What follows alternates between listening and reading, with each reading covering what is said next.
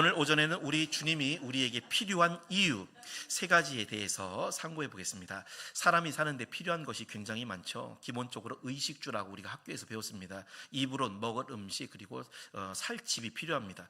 그런데 사실 우리 인간에게 필요한 건 의식주뿐만 아니라 여러 가지가 필요하지만 그 중에서 한 가지를 우리가 선택한다면 무엇을 우리가 선택해야 될까요? 오랜 세월을 험한 세상 가운데 살아오신 믿음의 선배들에게 인생을 살아오면서 지나고 보니까 무엇이 가장 필요했습니까? 이렇게 물어보면요, 믿음의 선배들입니다. 100이면 100 대답이 다 똑같아요. 바로 하나님 한 분만을 의지하는 믿음, 신앙, 이게 가장 중요했다라는 거예요. 오늘 본문에 다윗이 쓴 이 시편의 내용도 비슷합니다. 비교적 이 시편은요, 39편은 다윗이 인생의 후반기에 쓴 시편입니다. 이 인생의 후반기에 다윗이 인생을 지나고 보니까 내린 결론이 뭐였냐면, 이 시편에 보면 하나님 이 한 분밖에 우리의 인생, 사람의 소망이 없고 의지할 대상도 없더라는 거예요. 하나님이 가장 중요하다. 이게 다윗이 인생을 돌아보면서 내린 결론이었습니다. 저 같은 경우에는 여러분보다 살아온 세월이 적을 수 있겠지만, 그럼에도 한 해 한 해 지날수록 느껴지는 것은, 내가 정말 부족하구나. 이런 나같이 부족한 사람에게 하나님이 정말 필요하다. 이 사실을 우리가 알 수 있다는 거죠. 여러분도 여러분에게 가장 필요한 분이 하나님이심을 이 시간 꼭 깨달으시기 바랍니다. 왜 우리 인생에 하나님이 가장 필요할까요? 하나님이 필요한 이유는 100가지도 넘습니다. 10,000가지도 넘죠. 그런데 크게 세 가지 때문에 기본적으로 우리에게는 하나님이 꼭 필요합니다. 첫째로, 우리 자신이 너무나 연약하기 때문에 우리는 하나님이 필요합니다. 시편 39편 4절 다시 한번 읽어보겠습니다. 시작. 여호와여, 나의 종말과 연한이 언제까지인지 알게 하사 내가 나의 연약함을 알게 하소서. 아멘. 나의 연약함을 알게 해달랍니다. 나의 종말, 끝, 죽음이 언제고 내가 언제까지 살 것인지 이거를 좀 알게 해달라는 거죠. 사실 하나님의 창조물 중에 우리 인간만큼 연약한 존재도 없습니다. 다른 동물이랑 여러분 비교를 해봐도요, 다른 동물들은 하나님이 창조하실 때 대부분 싸나운 이빨이나 발톱을 부여받기도 하고요, 어떤 동물은 빠른 발, 어떤 동물은 새 같은 경우에는 날개, 심지어 아프리카의 가젤 같은 경우에는 태어난 지 30분이면 어미를 따라서 걷는데요. 사람이 태어난 지 30분이면 어때요? 완전히 피덩이 깐나라기잖아요. 그런데 가젤은 30분이면 걷는답니다.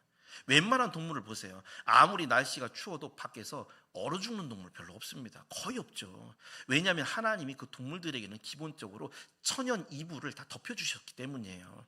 그런데 인간은 보세요. 강한 발톱도 없죠. 두꺼운 피부도 없죠. 피부가 여러분 얼마나 약합니까? 빠른 발도 없습니다. 다 약하게 창조를 하셨어요. 또 강하게, 우리도 태어날 때 이빨을 이렇게 길게, 뾰족한 이빨, 발톱도 이렇게, 손톱, 발톱 길게 해가지고 태어나자마자 막 이렇게 하면 좋지 않았을까요? 근데 왜 그러면 연약하게 하나님이 우리를 창조하셨냐면, 그것은 인간이라는 존재는 연약하기 때문에 창조 때부터 무조건 하나님, 전능하신 하나님을 의지하고 살으라고, 그래서 인간은 약하게 만들어진 것입니다. 중요한 사실은요, 동물들은 보이는 이 세상 자연 속에서만 살아남으면 되지만, 인간은 보이는 세계뿐만 아니라 보이지 않는 영의 세계에서도 생활하고 싸워야 된다는 약점이 있어요. 이 쉬운 표현으로, 우리는 세상 사람들과도 동시에 어울려 살지만 동시에 영들과도 살게 되는 거예요. 그래서 에베소 6장 12절에 보면, 우리의 실은, 우리의 싸움, 우리의 전쟁은 보이는 혈과 육에 대한 것이 아니고 정사와 권세와 이 어둠의 세상, 정치든 경제든 모든 것을 다 잡고 있는 주관자, 그리고 하늘에 있는 보이지 않지만 이 악한 이 영들에 대하여 우리가 싸워야 된다는 겁니다. 문제는 여러분이 싸우고 있어야 될 이 마귀와 악한 영, 이 귀신의 힘이 얼마나 무섭고 강한지 베드로전서 5장 8절에는 마귀, 사탄을 가리켜서 우는 사자라고 그랬습니다. 우는 사자. 지금 배가 고파가지고 당장에도 잡아먹을 것 같은 그런 사자라는 거죠.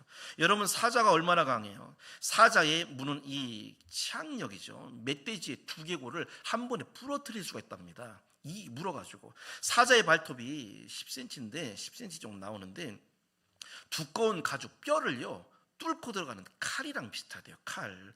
그래서 성경에서 마귀를 운운사자라고 표현한 이유는 뭐냐면 마귀도 귀신도 악한 영도 사자와 같은 힘을 갖고 있다라는 거예요. 그래서요, 사자와 같은 마귀와 귀신 들린 마귀의 귀신 들린 약한 영의 귀신 들린 이 사람들은요, 정말 사자의 힘과 같은 힘을 갖게 됩니다. 마귀의 힘을 가지고 있는 상태, 귀신 들린 상태. 우리 마가복음 5장 3절 한번 읽어보겠습니다. 4절까지 시작. 그 사람은 무덤 사이에 거처하는데 이제는 아무도 그를 쇠사슬로 맬 수 없게 되었으니 이는 여러 번 고랑과 쇠사슬에 매었어도 쇠사슬을 끊고 고랑을 깨뜨렸음이러라. 그리하여 아무도 그를 제어할 힘이 없는지라. 이 귀신 들린 사람, 군대 귀신 들린 사람이요, 뭘로 묶어놨냐면 쇠사슬로 묶었어요. 여러분, 쇠사슬 끊을 수 있어요? 못 끊죠, 사람이. 그런데 끊었대요. 왜냐하면 귀신 들린 힘을 힘입었기 때문에 그런 겁니다. 우리 또 다음, 우리 사도행전 19장 14절 16절 한번 읽어보겠습니다. 시작. 유대의 한 제사장 스게와의 7 아들도 이 일을 행하더니 악기가 대답하여 이르되 내가 예수도 알고 바울도 알거니와 너희는 누구냐 하며 악기 들린 사람이 그들에게 뛰어올라 눌러 이기니 그들이 상하여 벗은 몸으로 그 집에서 도망하는지라. 아멘.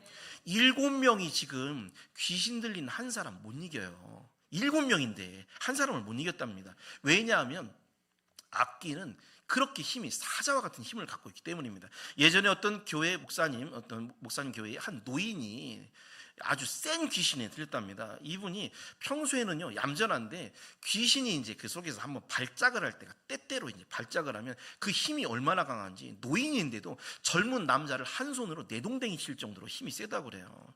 여러분, 우리의 힘, 여러분 스스로 보세요. 얼마나 약해요.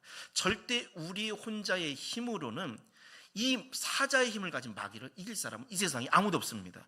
그래서 마귀가 괴롭히게 되면 이걸 시달리다가 너무 힘이 들어서 차라리 죽는 게 낫지 않은 사람이 얼마나 많아요.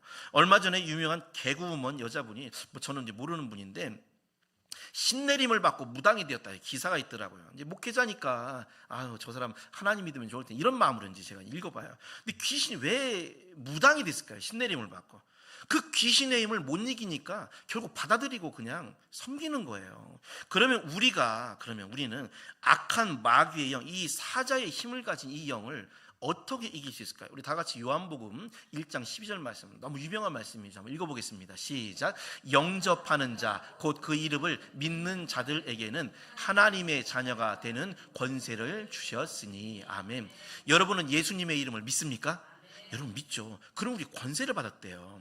우리가 예수님을 믿기 이전에는 그냥 약한 하나의 인간에 불과했습니다. 그런데 예수님을 내 구주로 나는 믿습니다, 내 마음에 예수님 모셔드립니다, 이렇게 영접하고 고백하면 나에게 없던 게 생겨요. 권세가 생긴대요.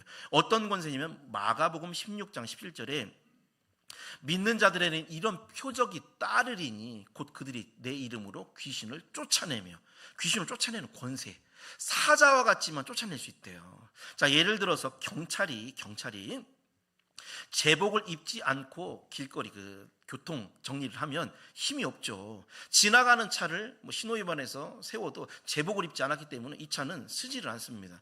그런데 경찰 옷을 입으면 차를 세울 수 있는 권세가 있게 되잖아요. 우리가 예수님을 믿는 것을 로마서 13장 14절에 보면 오직 예수 그리스도로 옷을 입는다라고 표현을 합니다. 경찰이 법을 집행하는 권위 있는 제복을 입고 집행을 하듯이 우리가 예수님을 영접하고 그 이름을 믿으면 예수로 옷을 입은 게 됩니다. 그래서 여러분들이 지금 다 예수님의 제복을 다 입으신 거예요. 예수님을 힘입지 않을 때, 제복을 입지 않을 때는 범죄자와 같은 마귀에게 너 나가, 떠나 명령해도 마귀가 따를 의무가 없어요. 너 뭐야? 이렇게 하고서 아까 방금 본 스게와의 7 아들들 위로 뛰어올라서 제압하듯이 오히려 우리가 귀신에게 눌려버립니다. 그런데 우리가 경찰복을 입듯이 예수님의 이름을 믿고 예수님의 이름으로 마귀에게 명령을 하면요, 마귀는 반드시 떠나야 돼요. 왜냐하면 그게 하나님 나라의 법이기 때문에 그렇습니다. 영적인 법이기 때문에 그런 거예요. 제 대학원 동기 중에 서울대학교를 나오고 지금 이제 충남 어느 교회에서 담임 목사 사역을 하는 김아묵의 친구가 있어요. 그 친구에게 맨 처음 만났을 때 어떻게 이렇게 예수님을 믿게 되었냐 이렇게 물었더니 이 친구가 원래는 하나님을 믿지 않았었습니다. 서울대학교를 나와가지고 인기 있는 학원 강사, 일타 강사라고 그래요. 돈을 굉장히 많이 벌었답니다. 자, 그런데 이상하게 밤에 잠을 자면 똑같은 악몽에 시달리는데요. 이 친구가 매번 꿈속에 똑같은 장소에 가고 똑같은 어떤 사람이 나타나서 그 사람에게 쫓기다가 결국에는 가위에 눌려가지고 죽을 것 같더랍니다.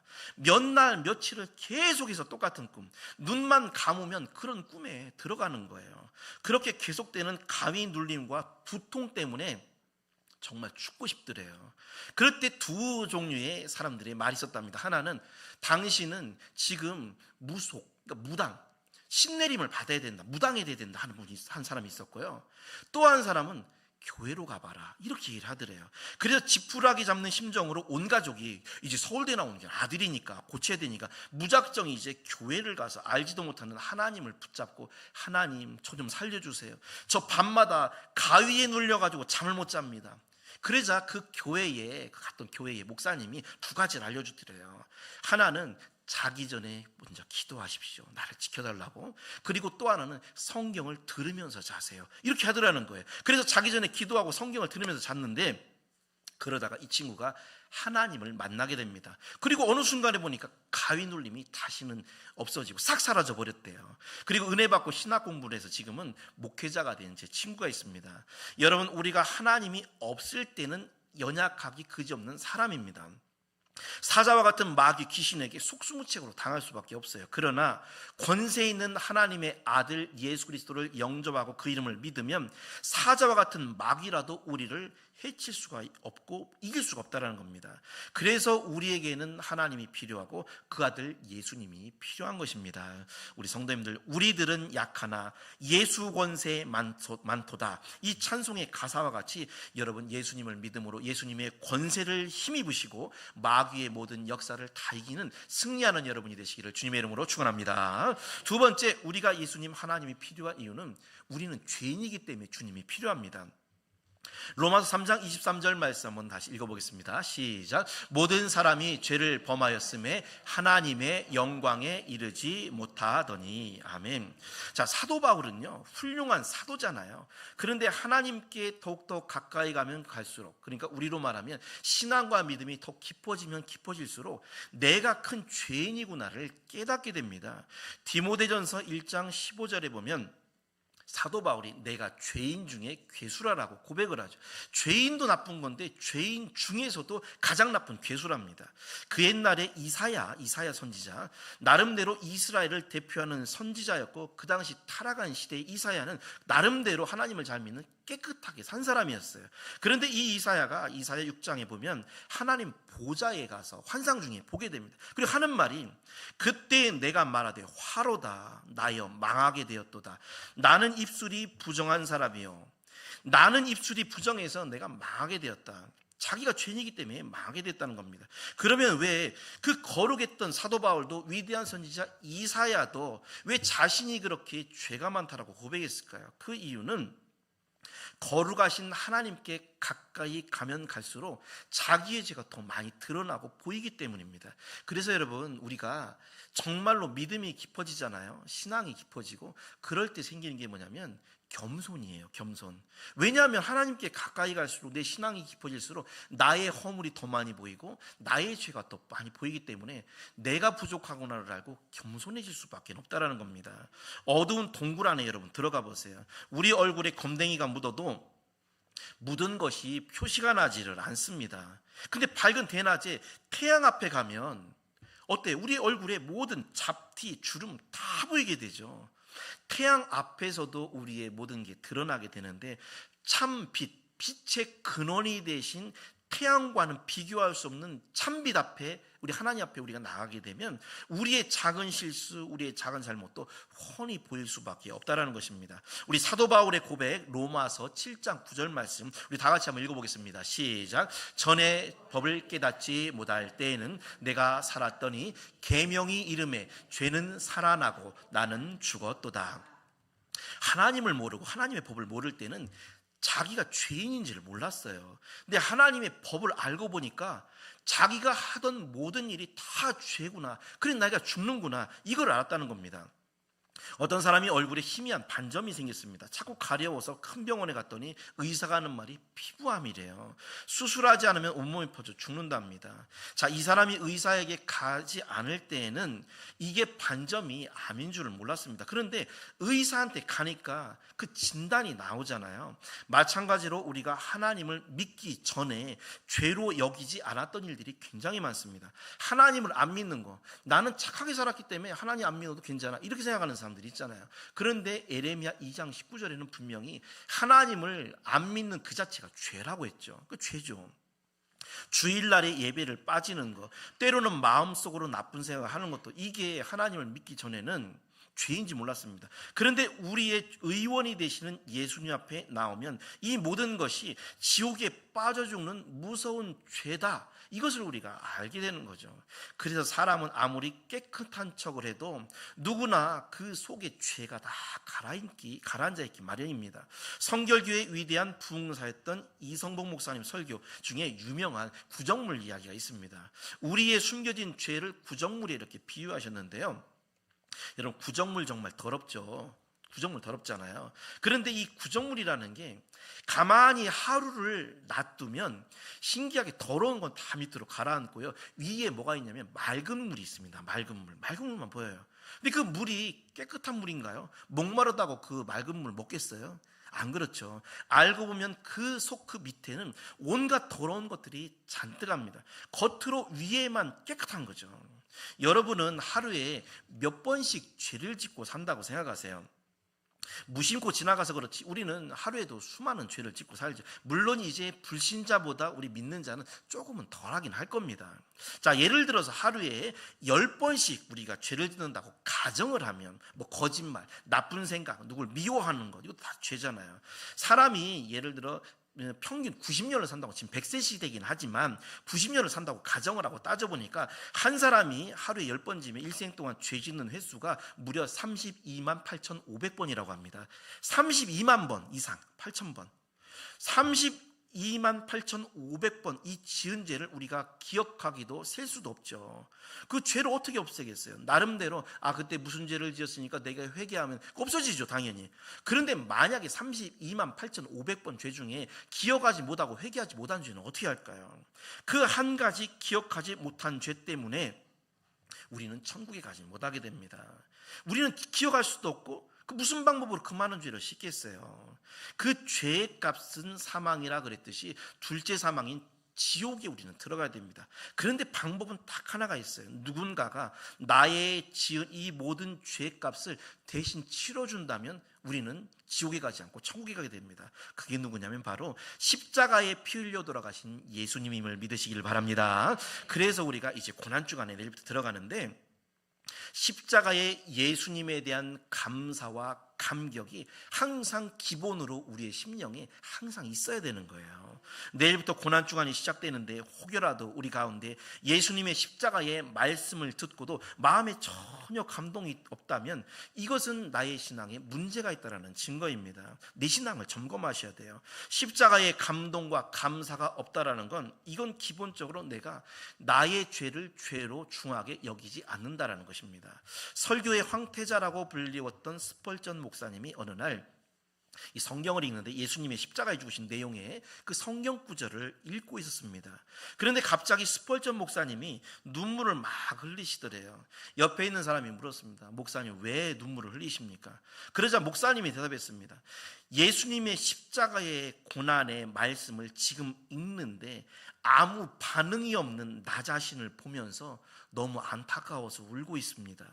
십자가의 감동을 누구보다 더 잘 알고 성도들에게 전해줘야 될 이 목회자가 십자가를 그 이야기를 읽는 도중에 감동이 전혀 없는 거예요. 그래서 스스로 안타깝게 여기고 눈물을 흘렸다라는 것입니다.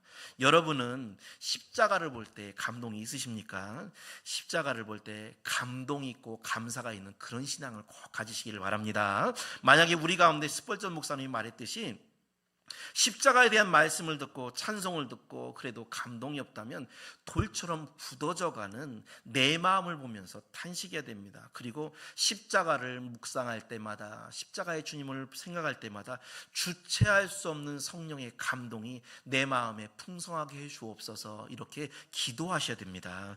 우리 성도님들, 우리는 죄성이 있고 우리가 천국 가는 바로 그 순간까지도 연약하기 때문에 수많은 죄를 짓고 살게 될 것입니다. 그래서 우리에게는 십자가에서 나의 모든 죄를 다 용서해 주시고 대신 죽으시고 부활하신 예수님이 꼭 필요하다는 걸 믿으시기를 주님의 이름으로 축원드립니다. 세 번째, 마지막으로 왜 하나님, 우리 예수님이 필요하냐? 우리의 무지함 때문에 주님이 필요합니다. 요한복음 3장 8절 말씀 한번 읽어보겠습니다. 시작. 바람이 임으로 불매 내가 그 소리를 들어도 어디서 오며 어디로 가는지 알지 못하나니 성령으로 난 사람은 다 이러하니라. 아멘. 지난번에도 말씀드렸듯이 우리가 사는 이 세상엔 우리가 아는 것보다 모르는 것이 훨씬 더 많죠. 가장 기본적으로 여러분 생각해 보세요. 이제 봄이 됐는데 우리가 느끼기 쉬운 게 바람 아닙니까? 바람이 분다라는 건 삼척동자들도 다 아는 사실입니다. 그런데 가만히 생각해 보면 이 바람이 어디에서부터 시작됐을까? 그리고 나를 지나서 이 바람은 어디로 지금 가는 것인가? 이걸 아는 사람은 이 세상에 없습니다. 그래서 우리가 주님이 필요합니다. 만물의 영장이라고 자부를 하고 아는 것이 많다고 해도 당장 모르는 게 사실 훨씬 더 많은 게 인간의 모습입니다. 여러분, 당장 내일의 생활을 여러분 알 수 있어요? 내일 일이 어떻게 우리에게 전개될지를 확실하게 아는 사람은 아무도 없습니다. 물론 계획에 따라서 기본적으로는 알 수 있겠지만 내일 내가 누구를 우연히 만날 것이고 나에게 우연하게 어떤 일이 나에게 발생할 수 있는지는 알 수 없습니다. 그래서 선조들이 인생을 가리켜서 한치 앞을 알 수 없는 게 인생 이랬는데, 여기서 한치라는 것은 이 한마디 약 3cm 정도를 한치라고 한다고 그래요. 이 한치, 내 앞에 이 한마디 앞을 사람은 모른다라는 것입니다. 그래서 성경은요, 우리 신자들을 가리켜서 이 하나님 말씀이 얼마나 오묘한지요, 우리를 주님의 양이라고 표현을 해요. 양. 이사야 53년 6절에 보면 우리는 다 양 같아서, 우리가 다 양 같대요. 그런데 이 양이란 동물은 하나님이 창조하시는데 정말 일반 동물과 너무 다르게 창조를 하셨어요. 일단 양은요, 자기가 어디로 가는지 다음 장소를 전혀 모른다고 합니다. 그래서 이 양은 무조건 누구만 보냐면 목자만 본대요. 목자가 인도하는 대로만 따라가요. 그러면 신기하게도 목자는 항상 푸른 초장 쉴만한 물가로 인도를 하잖아요. 양은 몰라요. 구약의 욥기서가 참 재미있는 성경입니다. 우리 지금 성경 통독하고 있는데 저는 또 통독 하나 더 하거든요. 욥기서를 지금 보고 있는데, 이 욥기에 보면 주인공 욥이 자기가 당하는 고난이 너무 어려우니까, 우리도 고난 당하면 불평 나오잖아요. 불평을 조금씩 하다가 나중에는 이게 도가 지나쳐가지고, 물론 욥이 훌륭한 사람이긴 한데 나중에 여러분 성경 보시면 욥이요, 하나님을 원망하는 수준까지 가게 됩니다. 그러니까 나중에 막 원망을 이제 하게 되니까 선을 넘는 거죠, 하나님한테. 그러니까 나중에 욥기의 거의 끝부분에 보면 하나님이 거기까지만 하고서 욥에게 직접 말씀하시는데, 뭘 말씀하시냐면, 너 대답해봐라. 내가 땅에 기초를 놓을 때 너 아느냐? 땅 생길 때 바닷물 깊은 곳 아느냐? 하늘의 별자리들이 막 움직이는데 그건 너 알아? 구름 속에 물이 어떻게 생성되는지 알아? 염소가 새끼를 베고 낳는 기한 6개월 만에 낳는 거 너 알아? 정한 기한을 알아? 들나귀가 어떻게 돌아다니고 타조가 어떻게 알을 낳고 이걸 아느냐? 네가 모든 것을 알면 말해봐라. 욥이 하나도 모르거든요. 결국 한마디도 대답하지 못하고 하나님 앞에 회개만 합니다. 이전에 욥은요, 욥기 29장 8절에 나를 보고 젊은이들은 숨고 노인들은 나를 보고 일어났다고 그랬어요. 젊은이들이 숨는 이유는 너무 어려워서, 욥이 너무 훌륭해가지고 다 피하는 거예요. 노인들도 자기들도 노인인데 욥을 보고 다 경외하는, 존경하는 모습으로 일어났다는 겁니다. 욥이 생각하기는 자기는 그래도 인생을 내가 오래 살았기 때문에 내가 어른이다, 다른 사람보다 나름대로 많이 한다, 이렇게 생각하고서 하나님, 내가 왜 이런 어려움을 당합니까? 원망을 했는데 막상 전지전능하신 하나님 앞에 딱 서보니까 자기가 제대로 하는 게 하나도 없더라는 거예요. 여러분, 우리도 마찬가지입니다. 우리가 이 세상에 알고 있고 이해되는 일보다 우리가 모르는 일이 비교가 안 될 정도로 이 세상엔 훨씬 많아요. 심지어 바로 내일 일을 우리가 알 수가 없습니다. 그래서 여러분, 우리가 양이 어디로 가는지 모르지만 그 목자를 잘 보고 목자를 따라갈 때 푸른 초장 쉴 만한 물가로 가듯이, 우리는 무지해서 우리의 한치도 알 수 없지만 우리의 목자 되신 주님을 바라보고 따라가면 푸른 초장 쉴 만한 물가 같은 천국으로 여러분이 들어가게 됨을 믿으시기를 주님의 이름으로 축원합니다. 결론적으로 우리 모두에게 이 세상을 살면서 의식주보다 더 필요한 것, 그것은 바로 하나님입니다. 하나님. 왜 우리에게 하나님이, 우리 주님이 우리에게 꼭 필요할까요? 먼저 우리는 너무 약하기 때문에 주님이 필요합니다. 반대로 마귀는 너무 강해요. 사자와 같이 광포하고 마귀가 잡고 있는 이 세상은 너무나 잔인하고 흉흉하기 때문에 약한 우리를 지켜주시는 위대하고 강하신 주님이 여러분에게 필요함을 믿습니다. 두 번째, 우리는 죄인이기 때문에 하나님이 필요합니다. 하루에도 수많은 죄를 지어요.